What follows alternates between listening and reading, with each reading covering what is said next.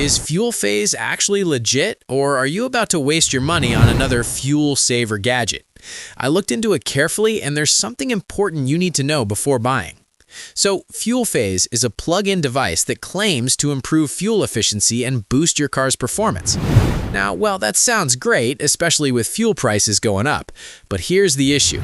Products like this often promise big results without clearly explaining how they actually work. Okay, now let's do a quick legitimacy check. On Scam Advisor, the site scores a very high trust score, around 100 out of 100, which means the website itself is considered safe. Grid & Soft also gives it around 70 out of 100, so no major security risks there. But here's the thing. A safe website does not mean the product actually works. That's where many people get confused. So overall, this leans safe on the technical side, but still questionable on the product side.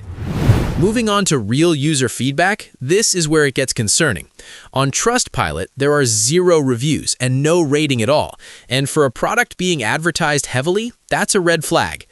On forums in similar discussions, some users say they tried similar fuel saver devices and noticed no difference at all after weeks of use.